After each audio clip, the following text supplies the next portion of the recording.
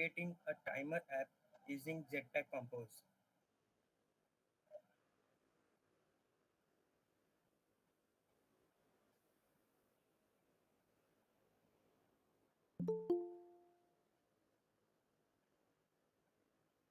Starting off with lazy layouts.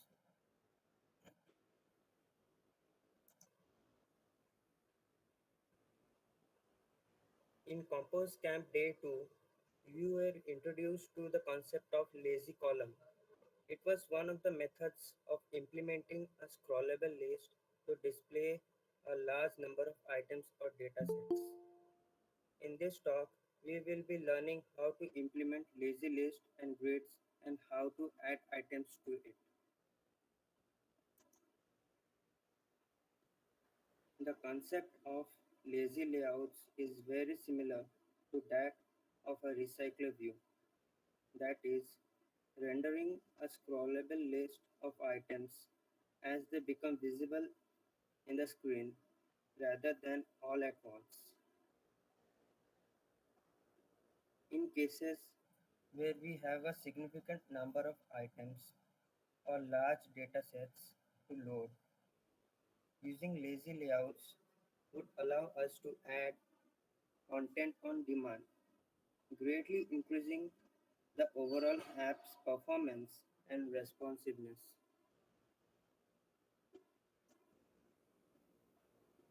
Currently, in Compose, lazy layouts consist of lazy column, a vertically scrolling list, lazy row, a horizontal one, and lazy grids, which offers both.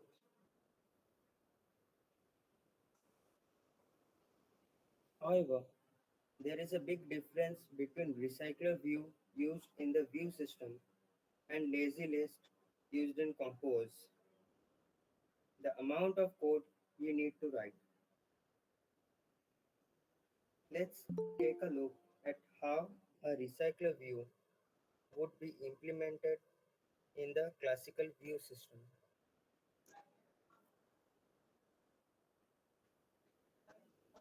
This is the code that we would need to write for a recycler view adapter and view holder.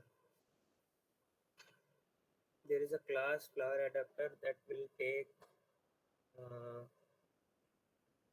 uh, on click flower and returns unit means there is a blank placeholder for a button type class.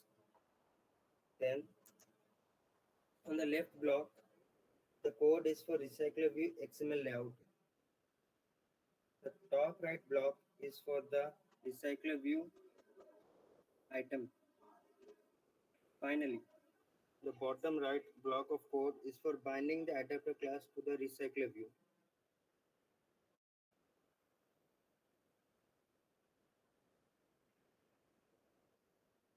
Now, let us see how the same result can be achieved by using lazy list in Jetpack Compose.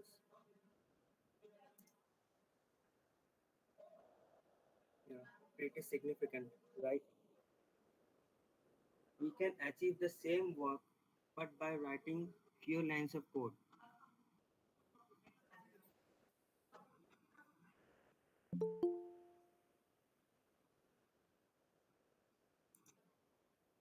The structures of lazy layouts is something like this.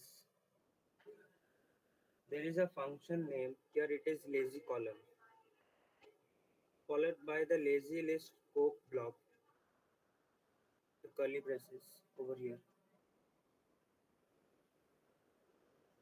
To define a block or an item that is to be displayed in the column, we use the item keyword, this one. Here there is item for text. We can also add images, maybe small video clips, whatever the demand is.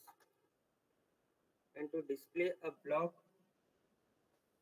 or multiple items in one block, we can use items keyword that takes the list containing the data to be displayed. Here it is data. This is an object that contains the data to be displayed separated by commas. Next, we have this items followed by arrow. This item can be anything. This is just a variable. We can replace it with index if needed. It's just a variable. Then we have the function that we want to call and pass it the value stored in data. If this data objects contains data like A, comma B, comma C, comma D, and it goes on like this. An item is a function that displays this data. Then this item variable will index those data items A, comma B, comma C starting from 0. This item will display one by one in sequential manner.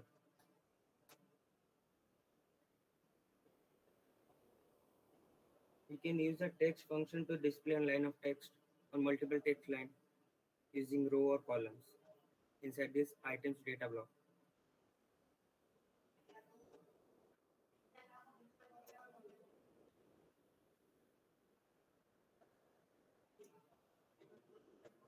We can also use the inline function items index.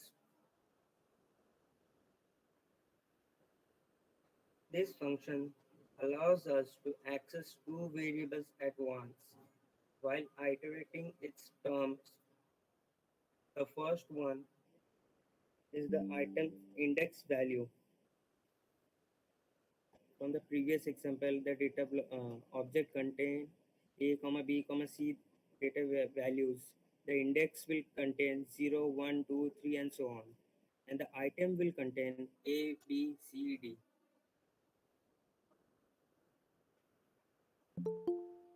Basically, we can easily display the items associated index value to the function that is to be called, and also use this index value to perform other related actions. For example, if the data set reaches towards the end, suppose there are 5 items A, B, C, D, E in a data object, and we have to make a function that will display a pop-up showing that the list has reached its end while iterating over its terms. We can use this index value to check it. Since the indexing starts from 0 and it will continue all the way up to 4, we can use this index value to check using an if statement. Like if index is double is equal to 4, then display the pop-up.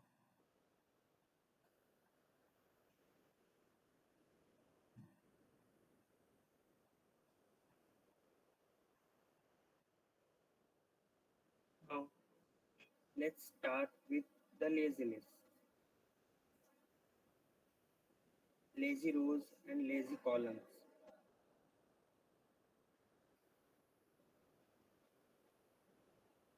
Lazy row and lazy columns are list components for Jetpack Compose. Lazy column provides vertically scrollable list, while lazy row provides a horizontal scrollable list.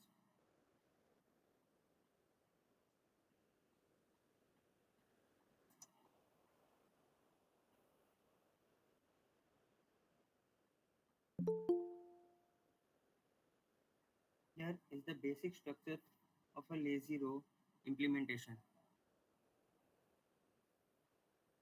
Here this data object contains values like cupcake, donut, eclair, etc.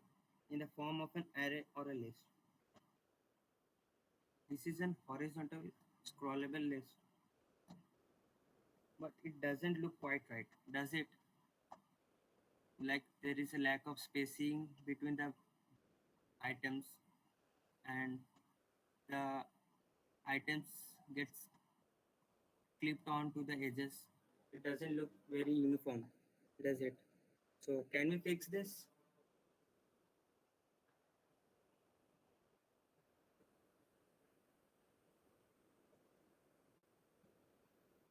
Yes, definitely we can fix this.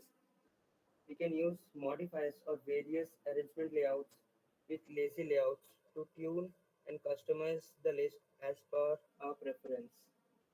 Let's see how we can do it.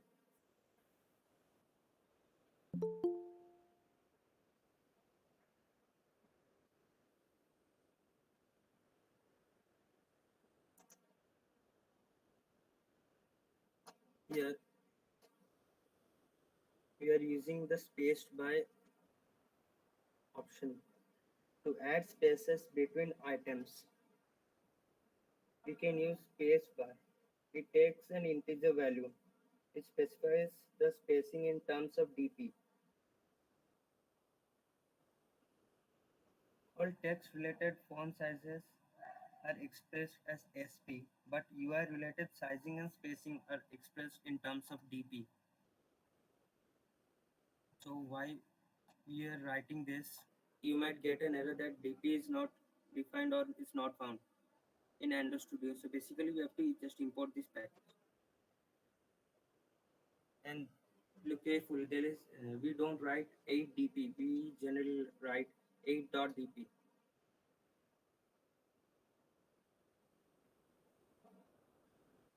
indirectly passing the value 8 to dp.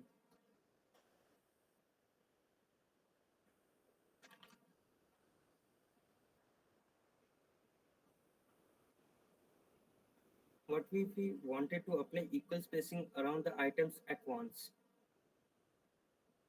Then we would use modifiers.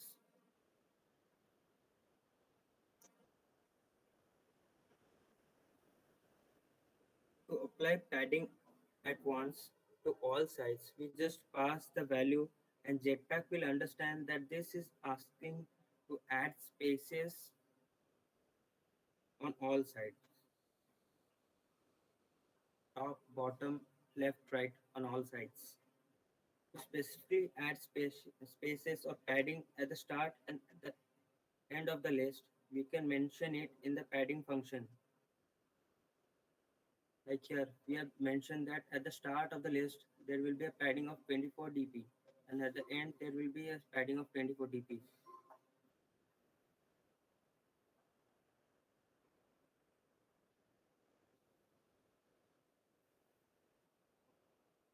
If, however, we want to keep the same padding but still scroll the content within the bounds of our list, means there will be no spaces on the left extreme and the right extreme. We can do so by passing padding values to the content padding parameter of the list. This allows us to set the same padding for each site individually.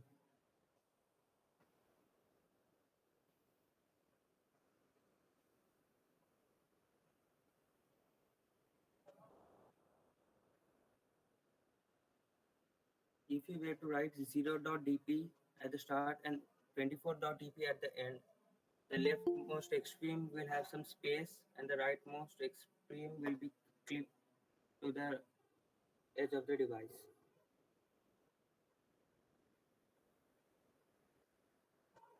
Now let us see how to implement all these using an example.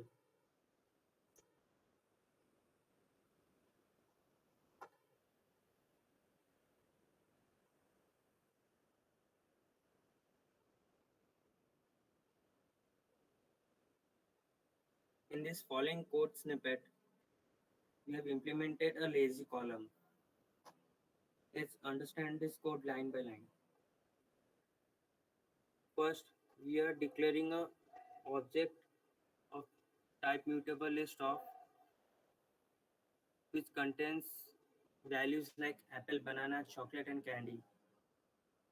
This mutable list of basically means that these items can be changed later on in the program, and this list of means these values will be stored in as a list.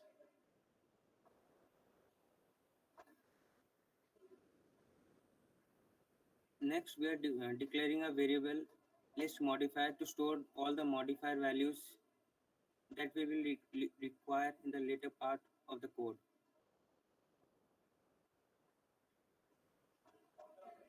Here modifier dot fill max size means that it will occupy the whole space available during the code compilation. Means if you specify modify dot fill max size over here, it will take the whole space, full screen of this device. Then we are setting the background color dot background color dot black. We are using the black value from the colors package and passing it to the modifier, meaning simply meaning that the background color will be set to black. And we are specifying a padding of 40 dB. This will add 40 dB spacing on all sides of the box.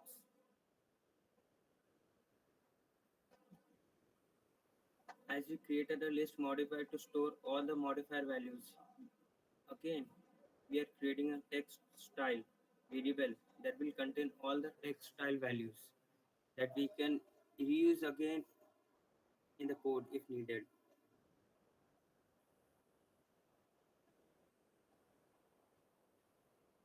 Text style, we are passing font size is equal to 28 of HP.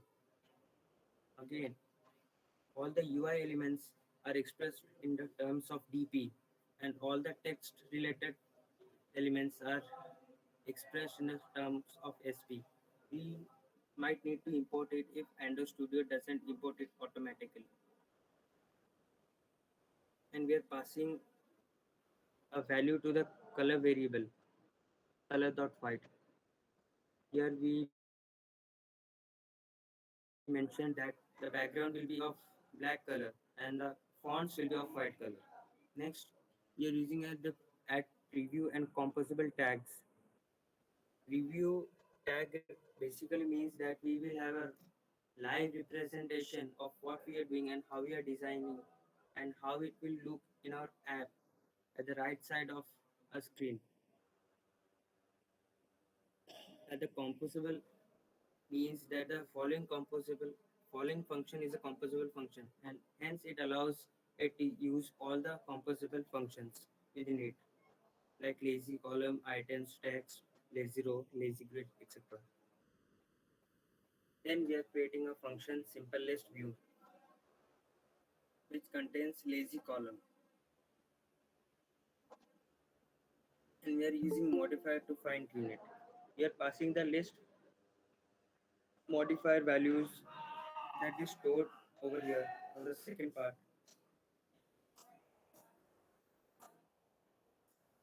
or we can write directly over here. Modifier is equal to modifier dot fill max height background and padding over here instead of using a list modifier object to store the modifier values.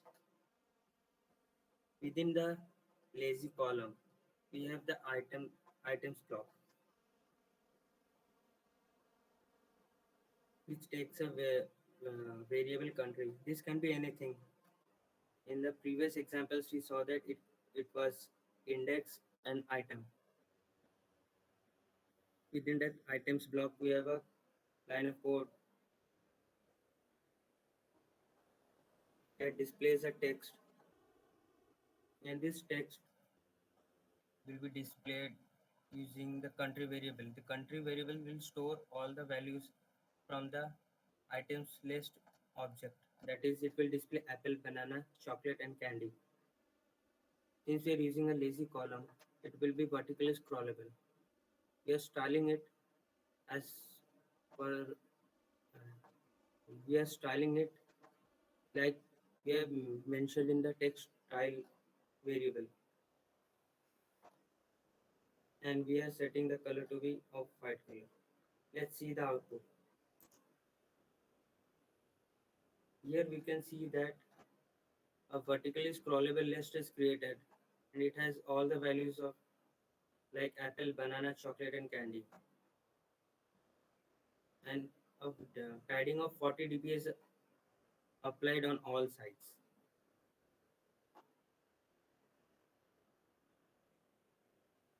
If instead of four values there were like 10 or 100 or thousands of values, it will be scrollable, and each item will be loaded as it comes under.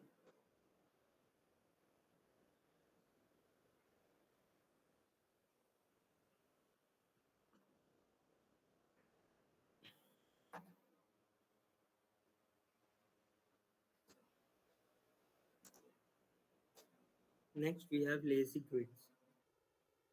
Lazy grids can be used via lazy vertical grids and lazy horizontal grids composibles.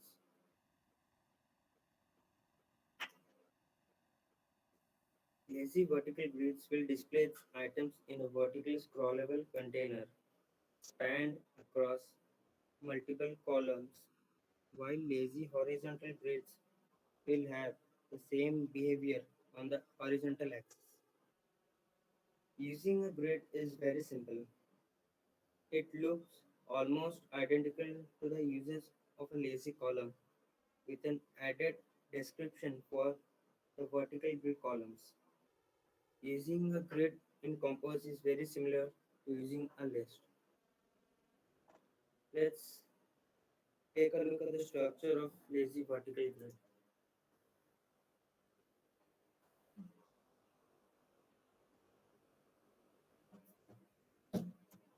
Here, a lazy vertical grid is created. It specified that this vertical grid would have two columns to be written past it to grid cells.text.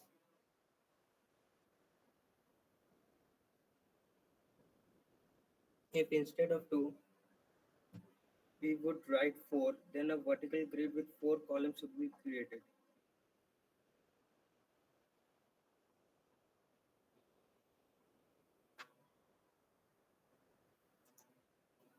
Initially, when the grid will be created, the cells would be adjacent to each other. That is, there would be no spacing in between them. To add spacing between the cells, we will have to specify it. For example, here to add horizontal spacing, we would have to write horizontal arrangement is equal arrangement dot space pi and then pass the value. The value should be the amount of spacing to be applied in dp. Similarly, to apply vertical,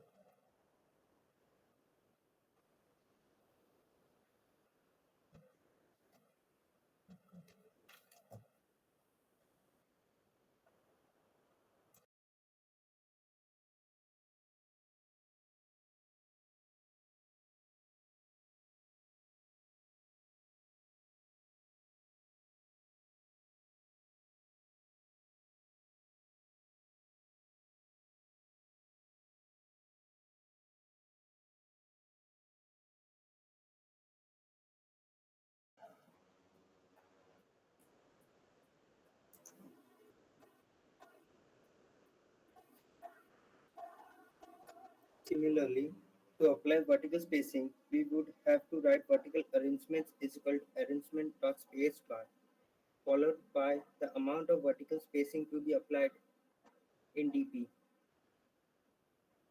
We can also use modifiers to customize grids as per our requirements, just like lazy row and lazy column.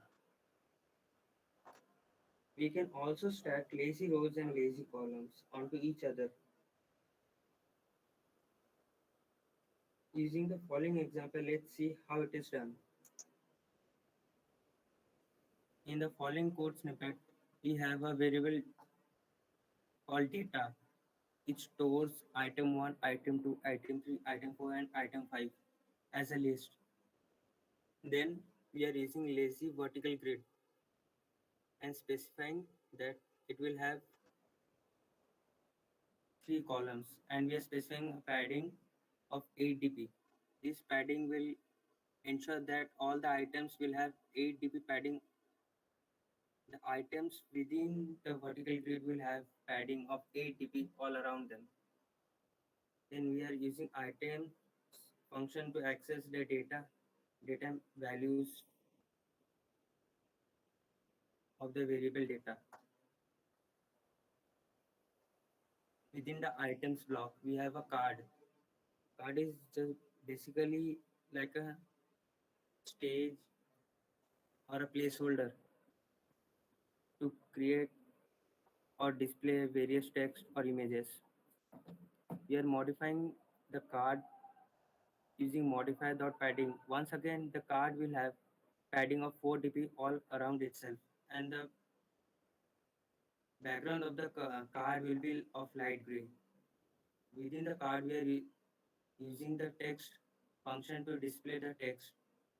The text to be displayed are item 1, item 2, item 3, item 4, and item 5 that are stored in this variable item.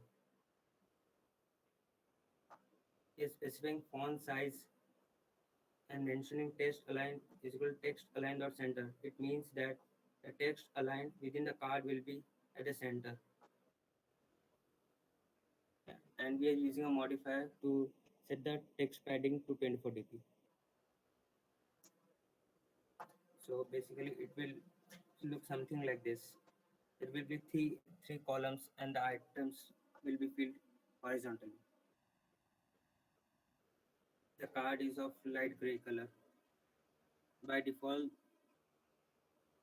the text will be of black color, but we can further customize it using modifier or passing values like color is equal to color dot white as per our requirement. This was all about lazy layouts in Jetpack Compose. Next, we have navigation in Jetpack Compose.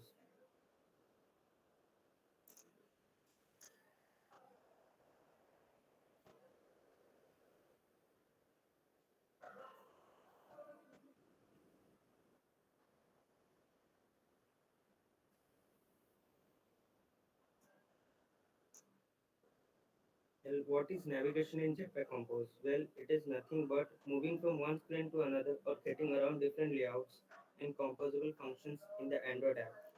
When you click on a button to open up a menu, how does this happen? Let's see how it is done.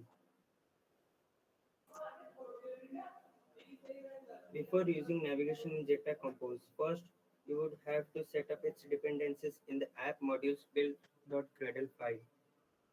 You have to add this line of code in the dependencies block, and once it is done, you have to sync the project with the Gradle files by clicking the Sync Gradle Files option on the top right corner of Android Studio. Using navigation in Jetpack comprises of two parts. First one is using navhost. Navhost is a container containing destinations from navigation graph. In other words, the navhost links nav controller with a navigation graph that specifies composable destinations. The composable destinations in the navigation graph are associated with a route. Route is basically a string that defines the path to the various composables, and each destination should have a unique route. It's an empty container that contains the destinations in one place. In the next up, we have nav controller. Nav controller is a central API for the navigation component. It is a stateful object. It means that its value will persist even after the function gets recomposed.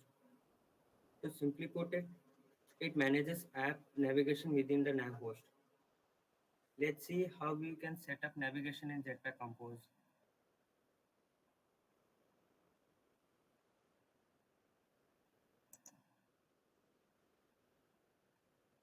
First off, we have to set up a nav controller. We can create a nav controller by using remember nav controller method in a composable. We should create it in such a place in a function that all composable that need to reference it have access to it.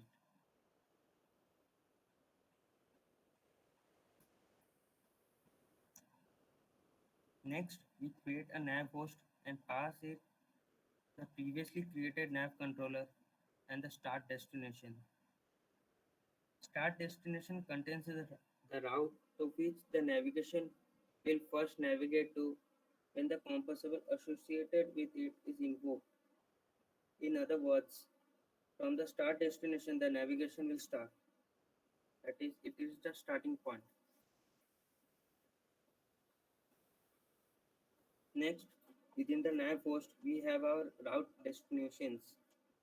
This will be used by navigation function to navigate to the mentioned composable functions. For example, we are mentioned composable. Within it, we have written first string, and within this composable block, we will call the first function related to first string. To navigate to a composable destination, we use the navigate function. It takes in a string parameter of the corresponding destination. That is, it takes the route of the composable. For example, if in a function we write nav controller.navigate and first screen, it will use this route to navigate to the first screen composable function, and within that composable block, it will call the function related to this first screen composable route.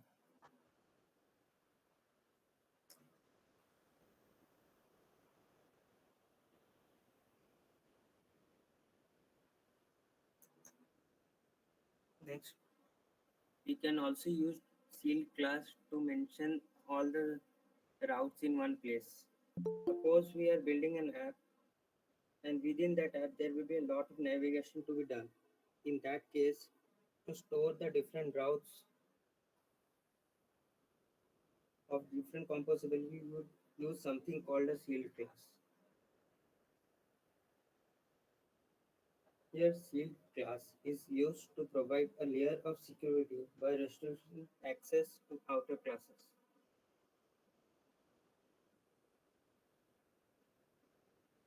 Let's see how navigation is done using an example. First, we have to create a nav host.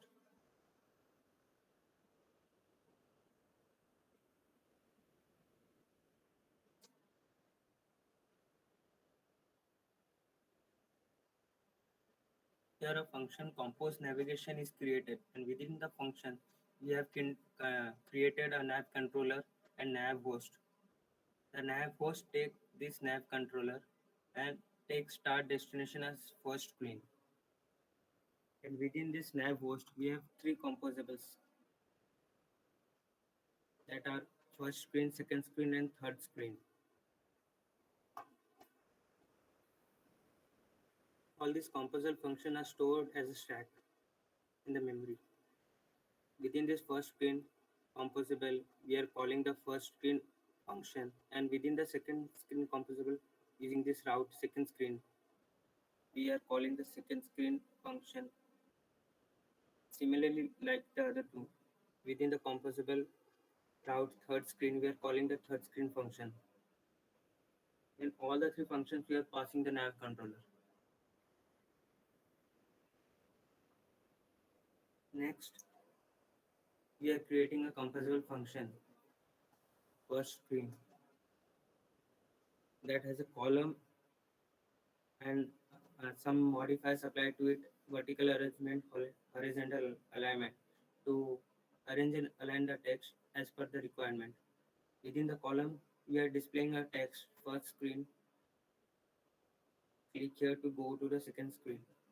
When the user clicks on the second screen, nav control navigate, this will be accessed from this. We are making this text clickable using dot clickable, and when the user clicks it, this statement will be executed nav controller.navigate. This will navigate to the second screen.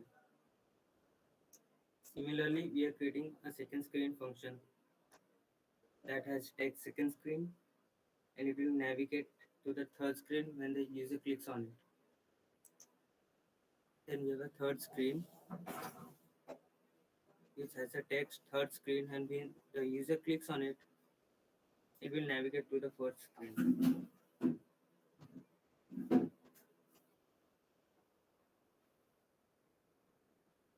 Now to initiate the navigation, you have to call the compose navigation function from the set content block in the class main activity.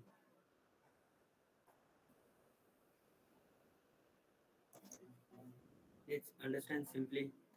Then this compose navigation is executed from on create block. It will call the first screen. When the user clicks on the first screen, like over here, click here to go to the second screen, it will navigate to the second screen. When the user clicks on the second screen, it will automatically take to the third screen.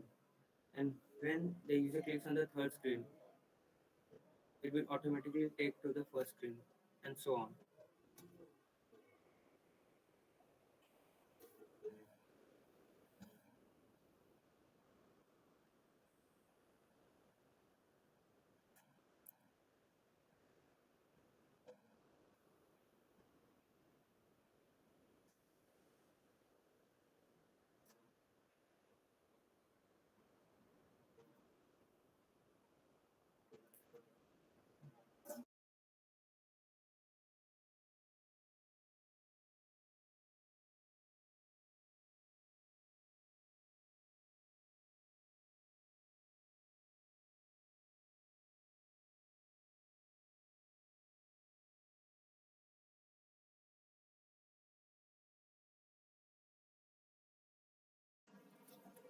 Okay, that's it for today's session. We will be developing a timer app in the upcoming session. So, thank you for tuning in. Have fun encouraging a community in becoming Android developer.